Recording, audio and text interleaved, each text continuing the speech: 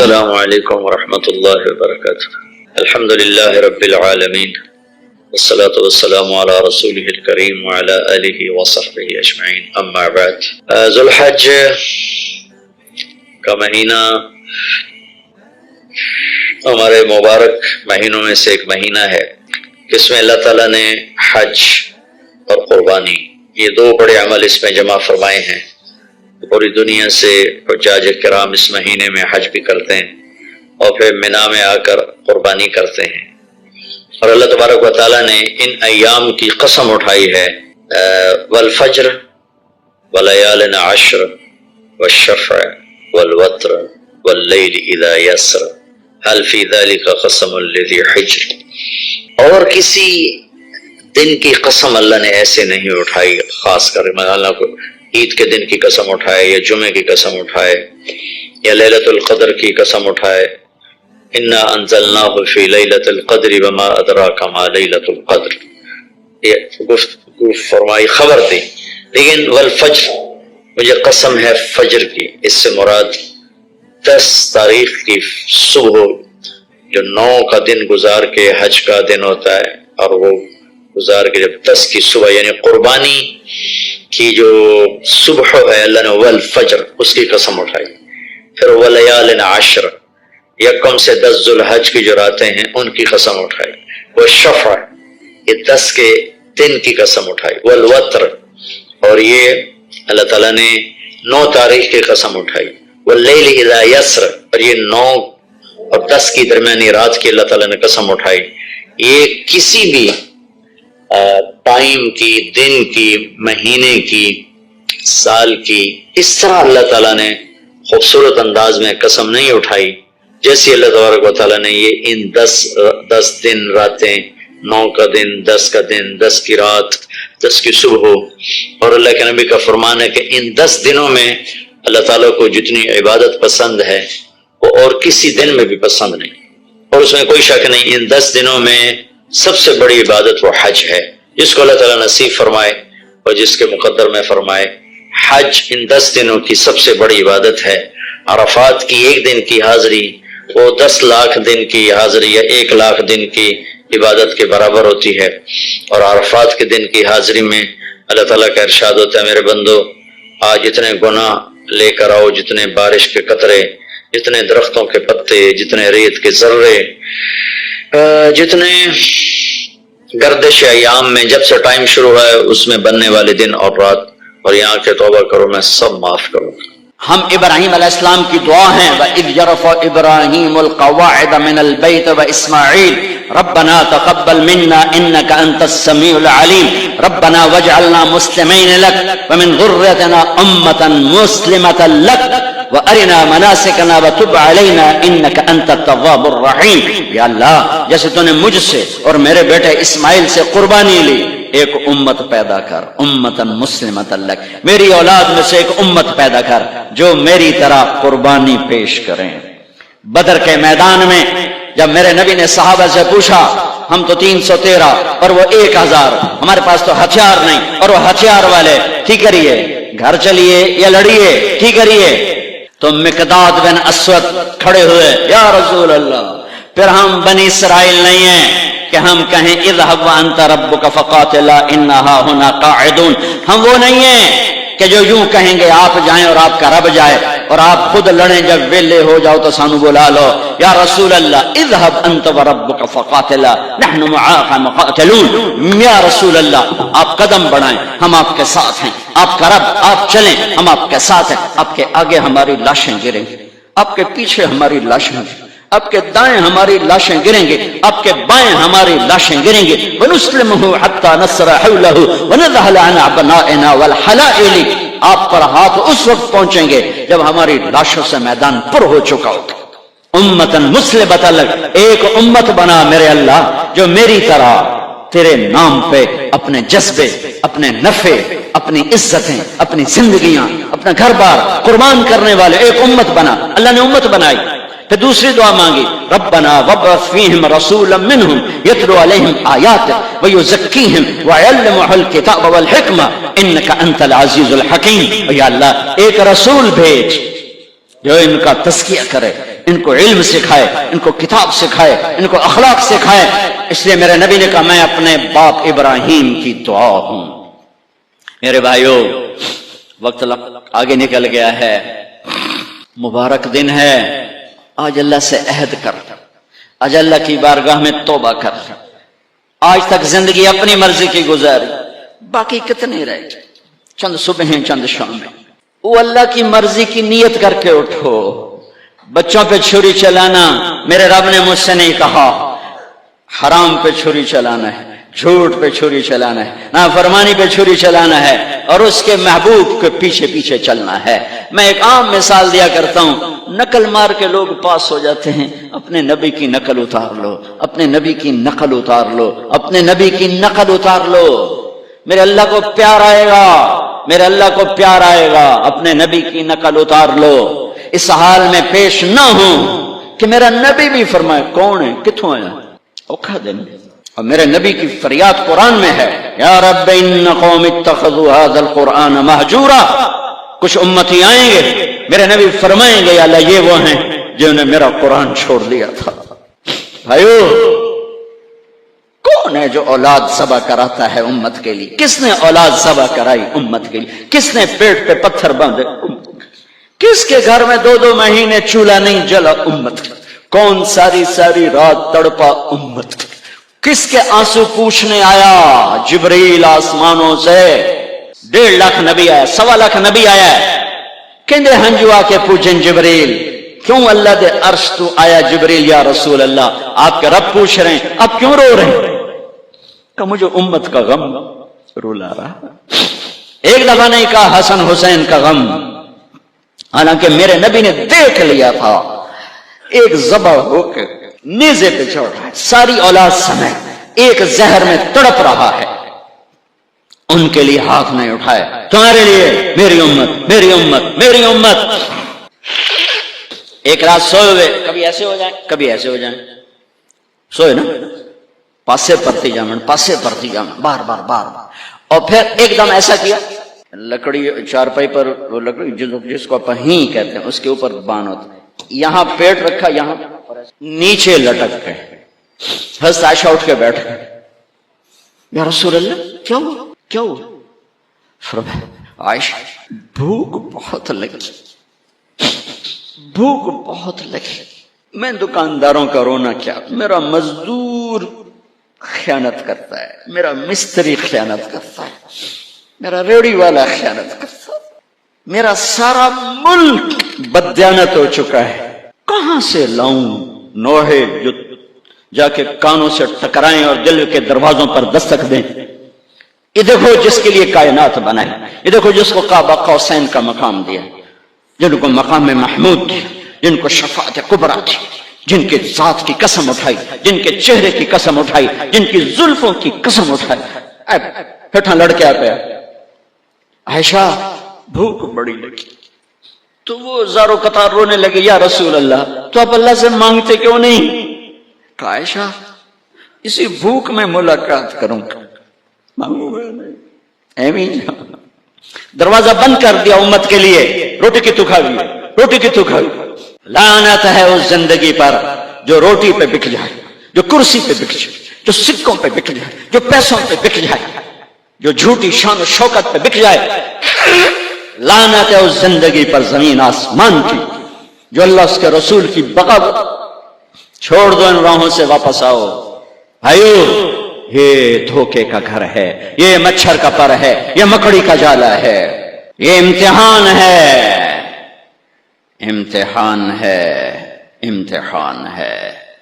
اگر یہ جگہ ہوتی رہنے کی تو حسین جیسوں پہ چھری چلتی اور یزید جیسے تخت پہ ہوتا، کیوں نہیں اپنی تاریخ پہ صرف رونے کے لیے رہ گیا حسین؟ اللہ ان خطیبوں کو ہدایت دے جنہوں نے امت کو تباہ و برباد کر دیا، یہ چند ٹکے لے کر جاتے ہیں اور پتہ نہیں کہاں امت کو پہنچا جاتا۔ اللہ کے واسطے مسلم بن کے رہو، شیعہ سنی بن کے نہ رہو، دیوبندی بریلوی بن کے نہ رہو، مقلد غیر مقلد بن کے نہ رہو، مسلم بن کے رہو، امت بن کے رہو، امت بن کے رہو، امت بن کے رہو۔ جو اس فرقہ واریت کی آپ کو بھڑکا رہے ہیں یہ خودکش بمباروں سے بڑے دہشت گرد ہیں، یہ بڑے ظالم ہیں، انہوں نے میرے محبوب کی امت کو کفر تک پہنچا دیا۔ اوے اللہ کے واسطے آپ قرآن پڑھو، اوے اپنے نبی دی زندگی پڑھو، ممبر تے بیٹھا ہوئے انہوں تو پتہ تا لگے کی آکھی جاندہ ہے، کیوں اتنے پاگل بن گئے ہو؟ میری گل مار دو دیوار تھی، قرآن پڑھو، اپنے حبیب دا فرمان پڑھو، بولنا لو نب سکو تو کی تھی جانے، پیسے بھی دیتے ہو اور آپس میں نفرتوں کی آگ بھی چمکاتے ہو، پھڑکاتے ہو، کیوں نادان بنتے ہو؟ یہ ممبر محبت کے لیے ہے، یہ ممبر امت کو جوڑنے کے لیے ہے، یہ شیعہ سنی آگ لگانے کے لیے نہیں ہے، یہ دیوبندی بریلوی آگ لگانے کے لیے نہیں ہے، یہ ملک اس لیے نہیں بنا تھا۔ 6 لاکھ انسان جانوروں کی طرح ذبح کر دیے گئے، اس لیے نہیں کہ تم مسجدوں کو بھی اکھاڑا بنا دو، کھلواڑ بنا دو اور اب میرے نبی کی امت کو توڑ دو۔ اللہ کے واسطے، اللہ کے واسطے تم ذمہ دار ہو، تمہارے ذمہ ہے، جاؤ قرآن، میں تو ان کی پہنا میں نو پڑھو، میری گل نو پرکھو، یہ اللہ رسول دیتا لے لو، یہ نہیں تو تمہار میں نو چاہتے ہٹا ممبر تو سٹ دو۔ امت بنو، امت بنو، امت بنو، امت بنو، تمہارا جو عقیدہ ہے اسے اندر رکھو، تم شیعہ ہو تمہیں مبارک، تم سنی ہو تمہیں مبارک، تم دیوبندی ہو، بریلوی ہو، اہل حدیث ہو، غیر مغلوب، یہ سب میرے نبی کی امت ہے، یہ سب میرے نبی کی امت ہے، یہ سب میرے نبی کی امت ہے۔ تمہارے دیس کی گمراہی یہاں تک پہنچی ہے کہ مدینے کے مسجد کے امام دے پیچھے بھی نماز نہیں ہوندی تے بیت اللہ دے امام دے پیچھے بھی نماز نہیں ہوندی، تو بات کتنے تم میں سے تم اپنی نسلوں کو قرآن پڑھاتے، تم خود قرآن پڑھتے تو تم ایسوں کے گریبان تو پکڑ سکتے۔ تو میرا آخری پیغام ہے امت بنو، امت بنو۔ جو بھی یہ آگ دیوبندی آگ بھڑکا رہا ہے یا بریلوی بھڑکا رہا ہے، سارے فرقوں میں ایسے نادان خطیب ہیں جو پیسوں پہ بکتے ہیں اور آگ لگا کے چلے۔ میں نے ایک خطیب سے کہا، میں نے کہا تم کوئی اچھی بات کیوں نہیں کرتے ہو، مثبت بات کیوں نہیں کرتے ہو؟ کہ جی مڑ پیسے نہیں لبدے، پیسے ہی اس گل دے لبدے تو فلانیاں دا توا لاونا ہے، آج تو فلانیاں دا توا لاونا ہے جی، نہ لاویے تو پیسے نہیں لبدے، مڑ کی کریے؟ جب جس ملک کے خطیبوں کا یہ حال ہو، میں کہاں سے آنسو لے کر آؤں، جگر کو چیر کر دکھاؤں کیا کروں؟ میرے بھائیو، تم میرے علاقے کے لوگ ہو، میری نسلیں اس مٹی کے نیچے دفن، میرے باپ کی قبر یہاں، میرے ماں کی یہاں، میرے دادے پرداد، میں تمہارے ساتھ 2 نمبری کیسے کر سکتا، یا میں تمہیں غلط سبق کیسے پڑھا سکتا؟ میری زندگی بیت رہی ہے، میں نے تمہیں اسلام کا سبق دیا ہے، اسلام کا پیغام دیا ہے، میں کیا کہتا ہوں، میرا کیا عقیدہ ہے، میں نے کبھی نہیں بحث کی، میں نے اللہ اس کے رسول کو پیش کرنے کی کوشش کی، اسلام کو پیش کرنے کی کوشش کی ہے، اور پھر ہاتھ جوڑ کے کہا ہے اپنے عقیدوں پہ رہو لیکن اوروں کے لیے بھی تو گنجائش پیدا کرو۔ میں یہ سب سے اپیل کرتا ہوں کہ آؤ آج ہم اللہ کی بارگاہ میں توبہ کر لیں۔ کرتے ہو؟ کرتے ہو؟ تو کہو میرے ساتھ، یا اللہ میری توبہ، پھر کہو یا اللہ میری توبہ، پھر کہو یا اللہ میری توبہ۔ اگر یہ قبول ہے تو اگر یہ سچی ہے تو انشاءاللہ قبول ہے، اور قبول ہو گئی ہے تو سارے گناہ معاف ہو چکے۔ آج کے بعد امت بن کے رہنا، جن سے لڑے ہوئے ہو جا کے صلح کر لینا، جن سے بولتے نہیں ہو ان سے جا کے صلح کر لینا، ماں باپ ناراض ہیں ان کو مناؤ، بیوی سے لڑے ہو اس کو منا لو، کسی کا حق مارا ہے اس کا حق ادا کرو۔ اور عرفات کے دن جتنا شیطان ذلیل ہوتا ہے اتنا کسی دن بھی ذلیل نہیں ہوتا، اور میرے محبوب صلی اللہ علیہ وسلم نے یہ دن حج کا، عرفہ کا، زور اثر کٹھی پڑھ کے پھر سارا دن شام تک کوئی 5-6 گھنٹے مسلسل دعا مانگی، اور آپ نے فرمایا کہ اس وقت میرا اللہ میرے صحابہ پہ فخر فرما رہا ہے، اور قربان جاؤں خطاب کے بیٹے پر، فرمایا اور عمر بن خطاب پہ اس وقت میرا اللہ خاص طور پہ خوش ہو رہا ہے، اور خاص طور پہ عمر بن خطاب پہ اللہ تعالیٰ فخر فرما رہا ہے۔ تو ان 10 دنوں میں جسے اللہ حج میسر فرما دے تو اس سے بڑی عبادت کوئی نہیں۔ حج میسر نہیں ہے تو پھر ان 10 دنوں میں نومی کا روزہ رکھنا، ان 10 دنوں میں روزے رکھنا، اس میں نوافل کی کثرت، صدقے کی کثرت، پھر قربانی، یہ سارے اعمال ان 10 دنوں میں انتہائی محبوب ہیں۔ جنہیں اللہ سعادت دے دے حج کی، بار بار جائیں. تابعوا بین الحج والعمرہ، حج عمرہ آگے پیچھے کرو، آگے پیچھے کرو. ایک بہت بڑا طبقہ ہے جو یہ کہتا ہے کہ ایک دفعہ فرض ہے، اس کے بعد کوئی ضروری نہیں. میں کب کہتا ہوں کہ ضروری ہے؟ ضروری نہیں ہے، لیکن ضروری کا مطلب فرض نہیں ہے. لیکن اللہ اس کے رسول کو پسند ہے کہ اس کے گھر بار بار آیا جائے، بار بار حاضری دی جائے. اللہ کے نبی کو تو آخر عمر میں جا کے موقع ملا، اس کے بعد آپ دنیا سے تشریف لے گئے. اگر آپ اس کے بعد زندہ رہتے تو یقیناً آپ ضرور حج کرتے، چونکہ آپ نے جتنے سال مکہ میں گزارے آپ نے ہر سال حج کی. نبوت کے اعلان سے پہلے بھی اور نبوت کے اعلان کے بعد بھی آپ نے مسلسل حج کی، اور 4 عمرے آپ نے فرمائے زندگی میں. 4 عمر. ایک عمرہ مدینہ سے خاص طور پر تشریف لائے جس کو ہم صلح حدیبیہ کہتے ہیں، وہ ہو نہیں سکا، لیکن آپ نے وہیں عمرے کا کام پورا کیا، سر مڑائے، احرام کھولے. پھر اگلے سال آپ اس کی قضاء کے لیے تشریف لائے. پھر ایک عمرہ آپ نے فتح مکہ کے بعد جارانہ سے احرام باندھ کے تشریف لائے اور عمرہ کیا، اور ایک عمرہ آپ نے اپنے حج کے ساتھ کیا.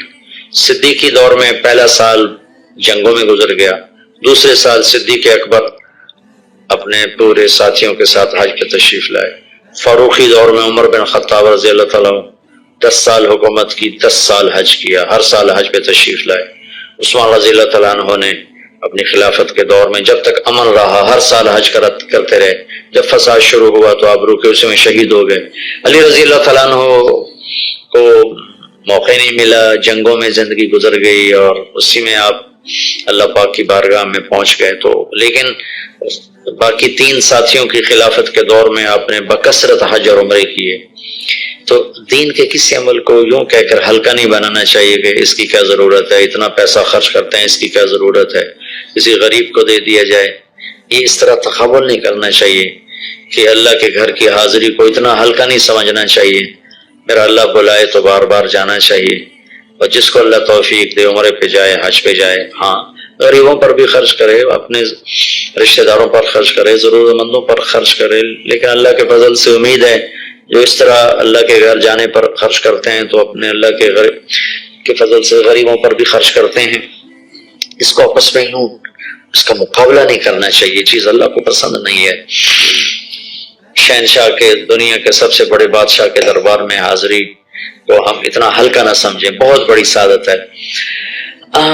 حضرت امام حسن کی سنا دیتا ہوں. امام حسن رضی اللہ تعالی عنہ نے 20 حج پیدل کیے، مدینہ سے پیدل تشریف لاتے تھے اور حج فرماتے تھے. 20 حج. یہ تو اہل بیت کیا جگر گوشہ رسول ہیں اور جگر اہل بیت ہیں، تو 20 حج فرمایا آپ نے، پیدل فرمائے، مدینہ سے تشریف لائے مکہ پیدل. ایسے امام حسین رضی اللہ عنہ نے کئی حج پیدل مجھے ان کا عدد یاد نہیں، امام حسن کا مجھے یاد ہے 20 حج پیدل کر. اللہ کے نیک بندوں نے برس ہا برس اللہ کی بارگاہ میں پیدل حاضریاں دی ہیں.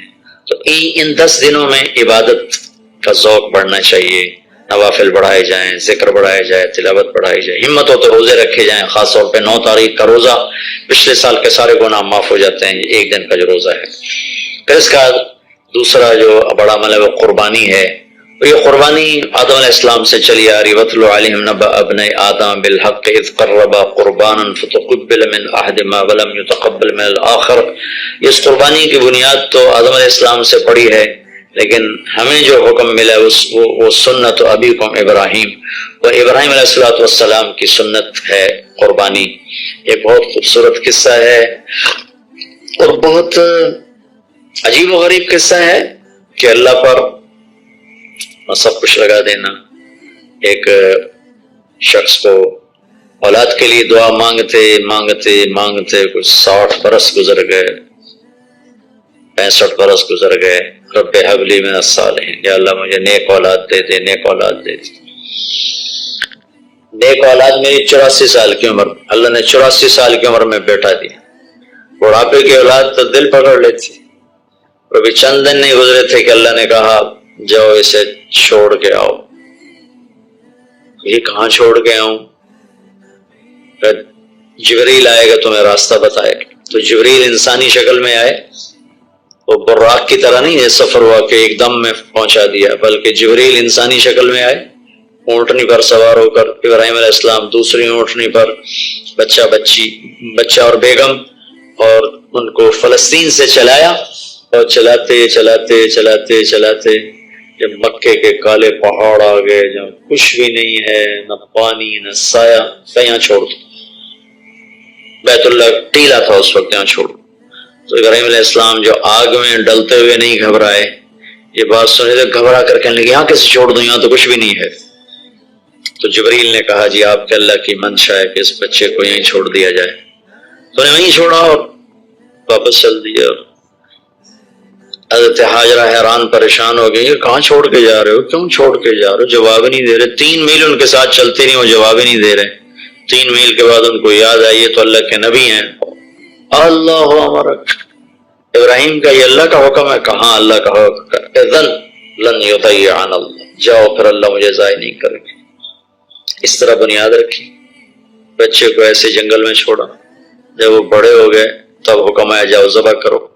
تو اب آپ کی عمر ہو چکی ہے کوئی 92 سال یا 94 سال، 90 پلس ہے، 100%۔ فلسطین سے چلے مکہ جا رہے ہیں، کیا کرنے جا رہے ہیں، بچہ ذبح کرنے جا رہے ہیں، کوئی مرغی اور بکرا ذبح کرنے نہیں جا رہے۔ پھر ان کو تیار کرا کے مینا کی وادی میں لا کر کہ بیٹا اللہ کا حکم ہے تمہیں ذبح کر، تو بیٹے نے کہا یا ابت افعل، تو آپ کر دیں جو کرنا ہے۔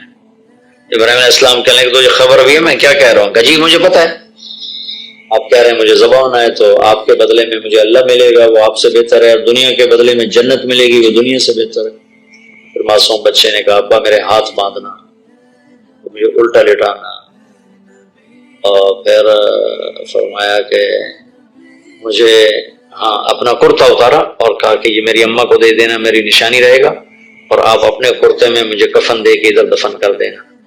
تو ان کے ہاتھ باندھے، پاؤں باندھے، الٹا لٹایا، اپنا گھٹنا رکھا ان کی کمر پر، ان کے سر کے بال اٹھایا تھوڑا سا اوپر کر کے نیچے چھری چلانے کے لیے، ایک ہاتھ میں بال تھے ایک ہاتھ میں چھری تھی، اور یوں آسمان کو دیکھا کہ اللہ تو مجھ سے ناراض ہو گیا ہے کہ اسماعیل کی محبت نے میرے دل میں جگہ پکڑ لی ہے، نہیں میرے مالک میرے دل میں تیرے سوا کچھ نہیں ہے، اگر میرا کوئی امتحان ہے تو پاس کر دے،